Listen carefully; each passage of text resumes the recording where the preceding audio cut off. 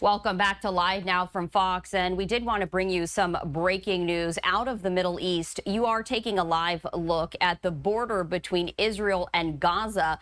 Meanwhile, north at the Lebanon-Israel border, the Lebanese Hezbollah group says that it has launched over 200 rockets today at several military bases in Israel in retaliation for a strike that killed one of its senior commanders. The attack by the Iran-backed militant group was one of the largest in the months-long conflict along the Lebanon-Israel border, with tensions escalating in the recent weeks. The Israeli military said, quote, numerous projectiles and suspicious aerial targets had entered its territory from Lebanon, many of which it said were intercepted. There were no immediate reports of casualties. It said about 200 projectiles were launched toward the occupied Syrian Golan Heights and over 20 drones into Israeli territory, but that it had intercepted some of them. Israel acknowledging that it killed a top commander who headed one of Hezbollah's 3 regional divisions in southern Lebanon a day earlier. Hours after the killing, Hezbollah launched scores of rockets with heavy warheads into northern Israel and the occupied Syrian Golan Heights. It launched more rockets earlier today and said it also sent exploding drones into several bases. I do want to bring in David Siegel, who is the president of Elnet US, to talk more about this. David, thank you for taking the time to speak with us today. It's a pleasure, Stephanie. Happy 4th of July to you and your And happy 4th of audience. July to you as well. Over the recent weeks, we have seen attacks escalate between Israel and Hezbollah, although we have heard that Hezbollah does not want a full-scale war.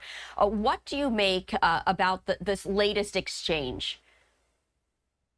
Well, let me just say that at first, as Americans celebrate their independence, Israelis are actually waging their second war of independence. Because since October 7th, we've been fighting a war on 2 fronts.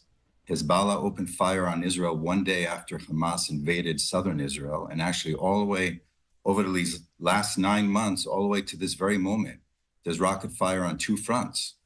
Israel has had to move 60 to 80,000 Israelis displaced from their homes in northern Israel. That's the equivalent, by the way, in American terms, of 3 to 5 million Americans being displaced from their homes under rocket fire for 9 months. So this is a major, major crisis in Israel. And Hezbollah, just remind the audience, is an Iranian proxy.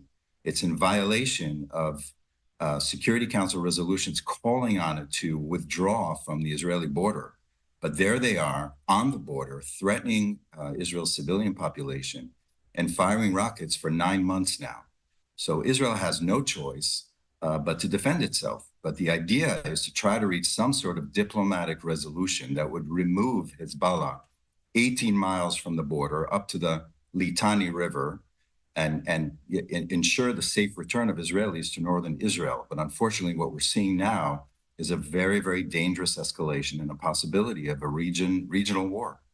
And you said the possibility of a regional war, Hezbollah retaliating, launching over 200 rockets back towards Israel. Is this potential war inevitable, or could it still be avoided as we see these attacks escalate? Well, we very much hope so. Israel certainly doesn't want to see a regional war. This is a war on 7 fronts that is conducted by Iran through its proxies. Its main proxy is Hezbollah. And this is a major problem. So the hope is that a diplomatic resolution can be reached in order to rebuild or build a regional coalition to face Iran under American sponsorship. This is what we saw on April 14th, when Iran attacked Israel frontally for the first time in history with 350 missiles, ballistic, cruise, and attack drones. And what we saw is that the region came together in an anti-Iranian coalition together with Israel. And this is what we hope to achieve. The assessment right now is that no side wants a full war. But the danger is that a miscalculation by one of the 2 sides, as this escalates, can cause that. So this is why this is such a serious crisis that we're in. And I would imagine it would be a serious crisis alone. But as you mentioned, Israel is fighting several conflicts on a number of fronts, including, of course, with Hamas.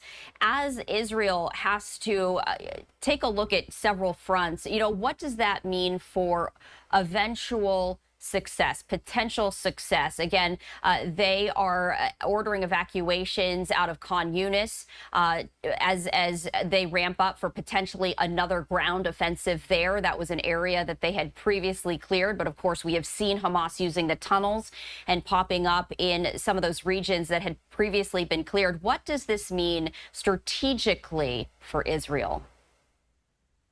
Well, strategically, from 30,000 feet, Iran is the major problem because Iran is the country that is on the verge of nuclear weapons.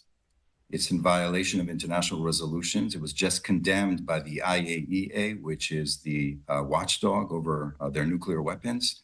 And Iran is controlling the 7 fronts against Israel. So you see rocket fire in the Red Sea from the Houthis against international shipping. You see fire on Israel from Iraq, from Iranian Shiite militias there.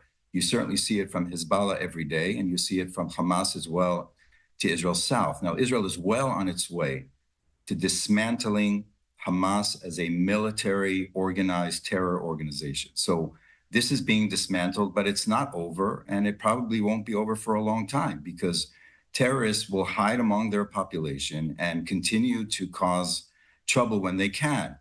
So it's no surprise that the Israeli military needs to go into certain areas that it's already left. And this is probably a pattern that we'll see in the future as well. But the hope is that Hamas will be weakened enough to enable other forces to enter Gaza and to help control the situation there. But that's not the main strategic threat, no longer.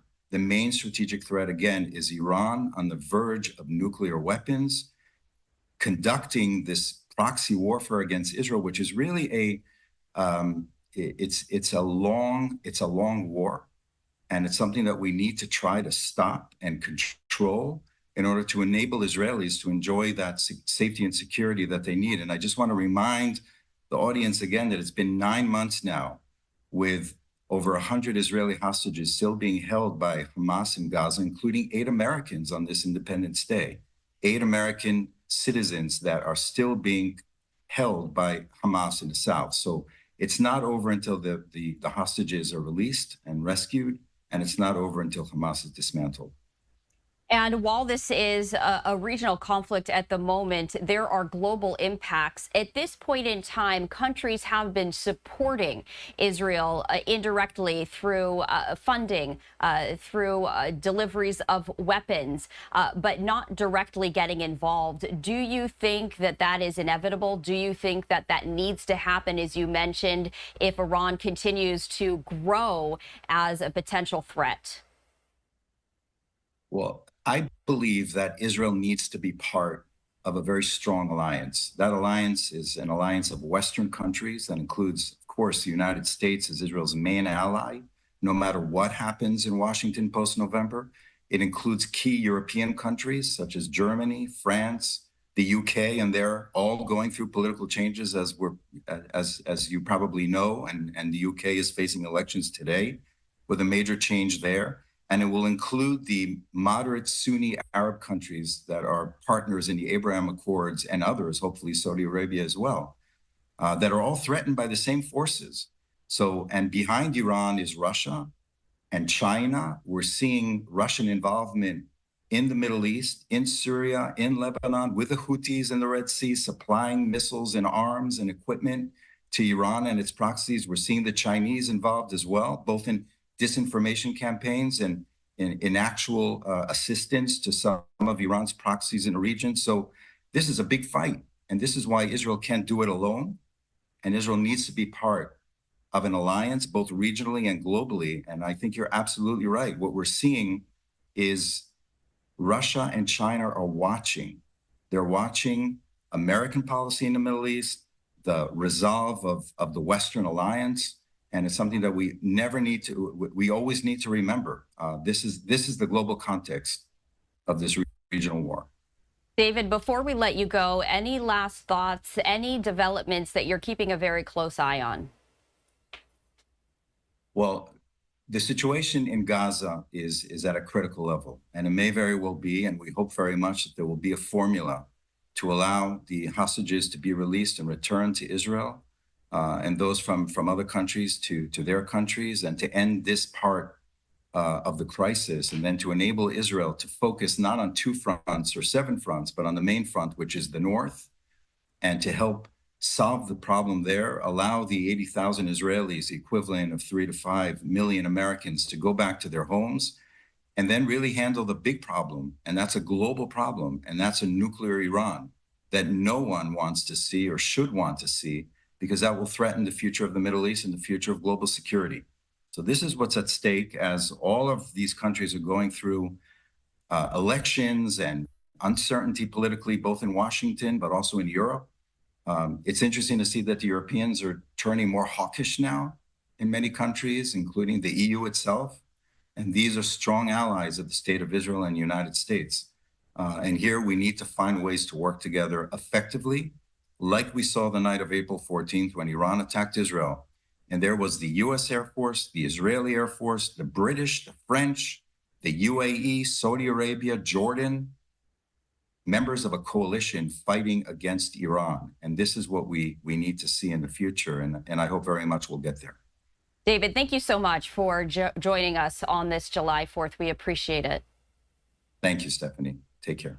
You too.